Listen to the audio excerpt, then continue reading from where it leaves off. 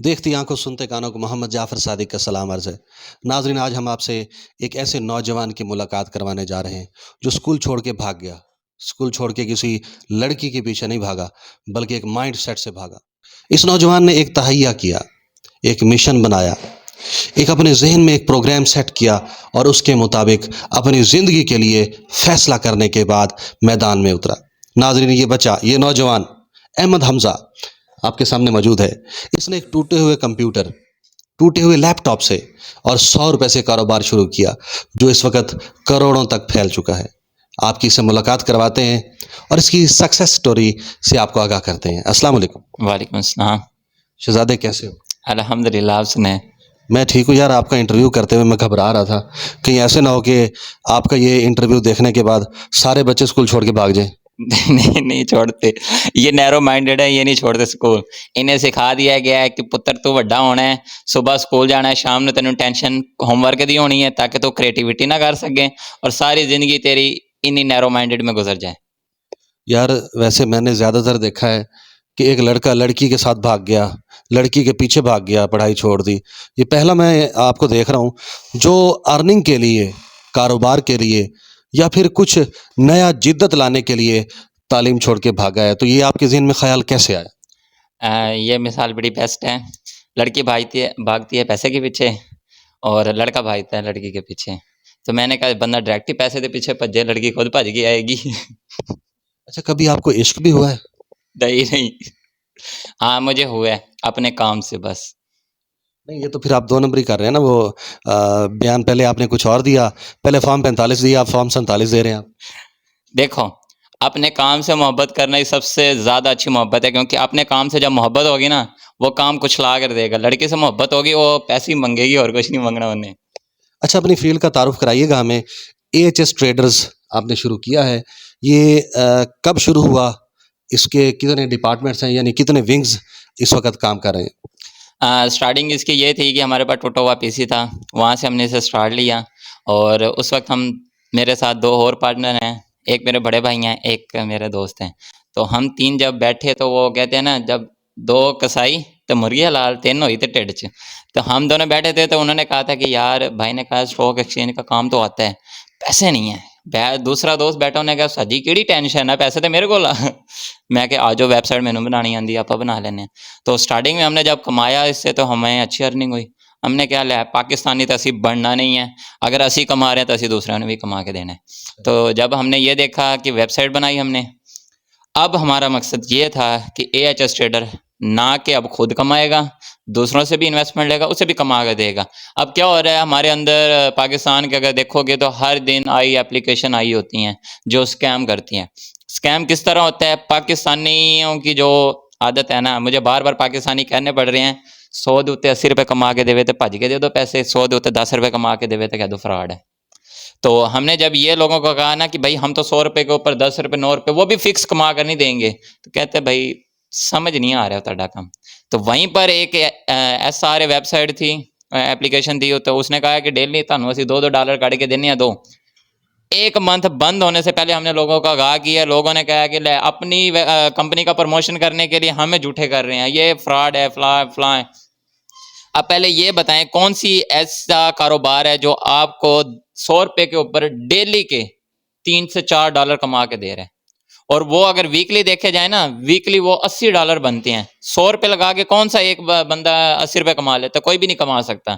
तो जो मेन काम है हमारा वो यही है कि हम यूजर से पेमेंट लेते हैं, उसे पाकिस्तान स्टॉक एक्सचेंज और गोल्ड के ऊपर ट्रेड करते हैं, एज हम ट्रेडर हैं। और वहां से जब हम प्रॉफिट कमाते हैं, वो अपना कमीशन होता है हमारी कंपनी का, उसके बाद जो इन्वेस्टर होते हैं उनके पेमेंट उन्हें वापस कर दी जाती है, प्रॉफिट की ओरिजिनल पेमेंट हमारे पास रहती है। फिर उससे बिजनेस होता है, फिर होता है वन टाइम की इन्वेस्टमेंट, लाइफ टाइम का प्रॉफिट है हमारा।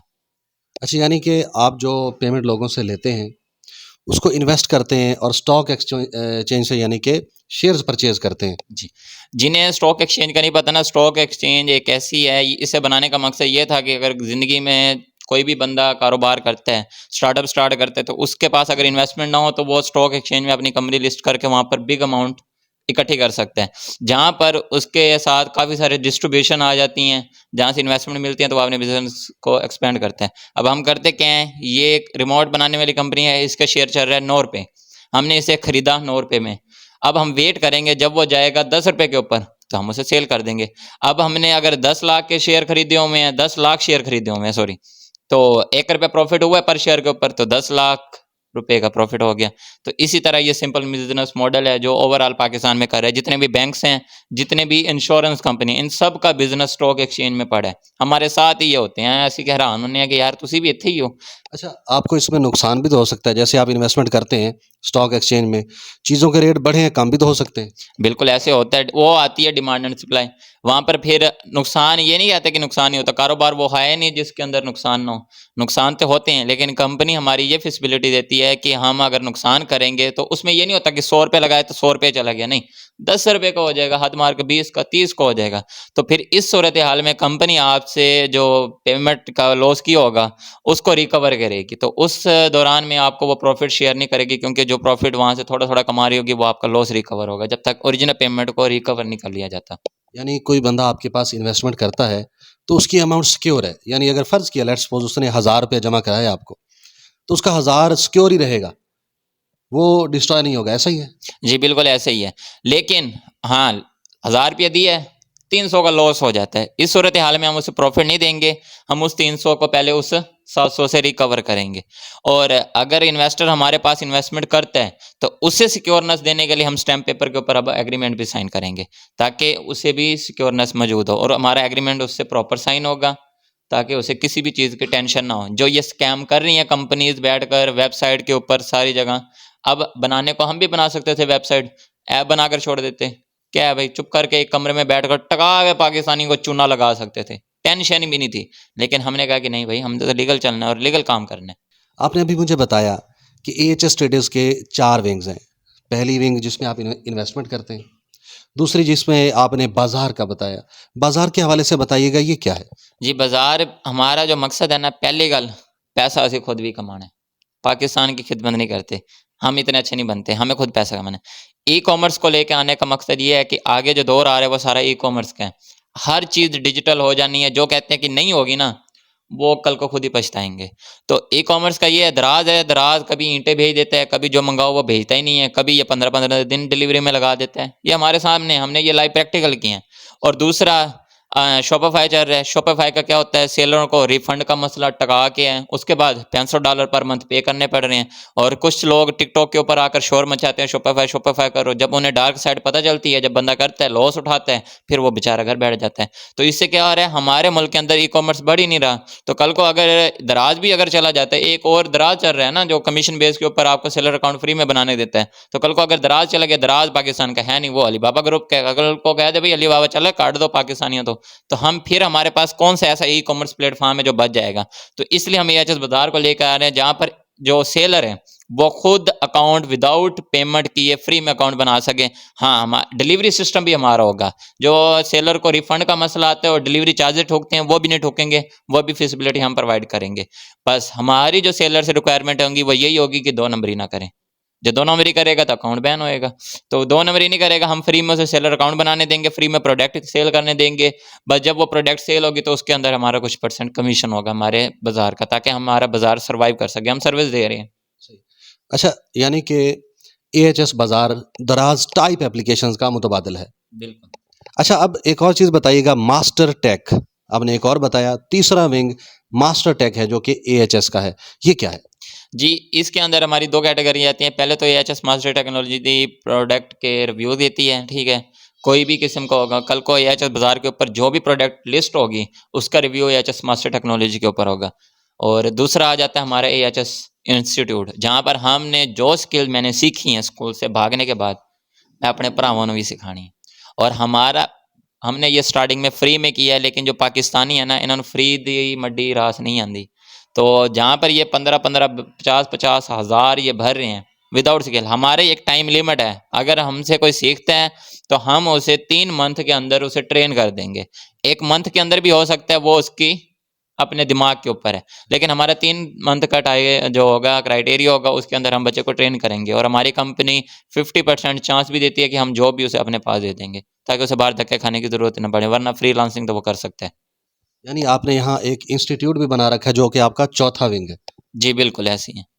अच्छा, इंस्टीट्यूट में कुछ फीस यानी कुछ चार्जेस भी रखे हैं आपने? जी बिल्कुल रखे हुए हैं, 15,000 फीस है पर मंथ। पाकिस्तानियों ने फ्री में तो कुछ सिखाना ही नहीं है, क्योंकि मैंने जो सीखा है वो, मैं कहते हैं ना कि हर कुछ पाने के लिए कुछ खोना पड़ता है, तो कुछ पाना है तो कुछ खोना तो पड़ेगा। नहीं, अगर मेरे पास पैसे ना हो तो फिर आप कैसे सिखाएंगे?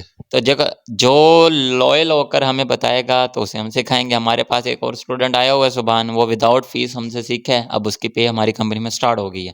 तो क्या हुआ है, उसने अपना पैशन दिखाया है, उसके बाद उसने अपनी मजबूरी ज़ाहिर की, मैं नहीं पे कर सकता। हमने कहा कोई टेंशन नहीं, भाई तेरे अंदर हिम्मत है, जुनून है, सीखने का जोश है, आ जा। अब ये ना हो ना, हमने अगर फ्री रख दें, आप फ्री में क्या होगा कि भाई बच्चे आएंगे, चल यार हमें कड़े पैसे पर है, कल नहीं जानते, परसों नहीं जानते। तो ये चीज़ हमने ख़त्म करने के लिए फ़ीस रखी, वरना हमें कोई शौक नहीं था। हमने इनके 15,000 से अमीर नहीं होना। अच्छा, आखिरी सवाल आपसे करूँगा, आपका मोट्टो क्या है? सोच क्या है कि आप करना क्या चाहते हैं? दुनिया को K2 को सर करना चाहते हैं, माउंट एवरेस्ट को सर करना चाहते हैं, 2 खरब रुपए जमा करना चाहते हैं, क्या टारगेट है आपका? मैं बिलियनर बनना चाहता हूँ। अच्छा, बिलियनियर आप बनना चाहते हैं, तो इसके लिए जो आपने रास्ता चूज़ किया है, क्या दूसरों को भी सजेस्ट करेंगे कि वो इस रास्ते पर आ जाएँ? नहीं, दूसरों को नहीं करूँगा, क्योंकि भाई इसमें बहुत सारी स्ट्रगल्स आती हैं, हिम्मत रखनी पड़ती है, जिगरा रखना पड़ता है, और दूसरा आपका कॉन्फिडेंस लेवल होना चाहिए इस फील्ड में। दूसरी बात, तुसी पाकिस्तानी हो, हमारे अंदर क्या है, पुत्र तू पढ़ना है, नौकरी करनी है। तो जब तक आपने ये रैकेट रेस से निकलोगे नहीं ना, तब तक आप ये काम नहीं कर सकते। हाँ, एक मैसेज है कि आपको स्किल्स ऐसी सीख लो जो आपको बहुत कुछ सिखा सके। ये नहीं है कि अगर 4 बंदे एक चीज़ को कॉपी कर रहे हैं, 5वें बंदे कहा कि ये नहीं है कि वो भी उसी को करें, नहीं, डिफरेंट करें। मेरा जो इंटरेस्ट था पढ़ाई में बिल्कुल भी नहीं था, किसी चीज़ में नहीं था, कंप्यूटर में था। मैंने अब कंप्यूटर में काफ़ी सारी फील्ड आ जाती हैं, मैंने वो की हैं जो मुझे पसंद थी। तो हमेशा काम वही करो, इंस्पायर होकर किसी से ना करो, क्योंकि मोटिवेशन हफ्ता रहेगी, ख़त्म हो जाएगी। आप अपनी फंडामेंटल के ऊपर काम करो, जहाँ पर आपको पता हो कि हाँ भाई मेरा ये शौक है, मैं ये कर सकता हूँ। ये नहीं है कि शौक है आपको क्रिकेट खेलने का और आप इंस्पायर होकर खेलने जाओ फुटबॉल, तो आप कभी नहीं होगे। कहाँ आपका करियर बन सकता है क्रिकेट में, क्योंकि शौक वहाँ पर है, तो फुटबॉल के अंदर नहीं बन सकता। जी, तो नाज़रीन, हमने आपकी मुलाकात एक पुरजोश शख्सियत से कराई, अहमद हमज़ा, जो कि हमारे पाकिस्तान के तमाम नौजवानों के लिए एक मोटिव लेकर आए हैं। इसी तरह की मज़ीद मुफीद, दिलचस्प और प्यारी वीडियोज़ देखने के लिए देखते रहें ABC TV पाकिस्तान। अगली वीडियो तक इजाज़त दीजिए। अल्लाह निगहबान।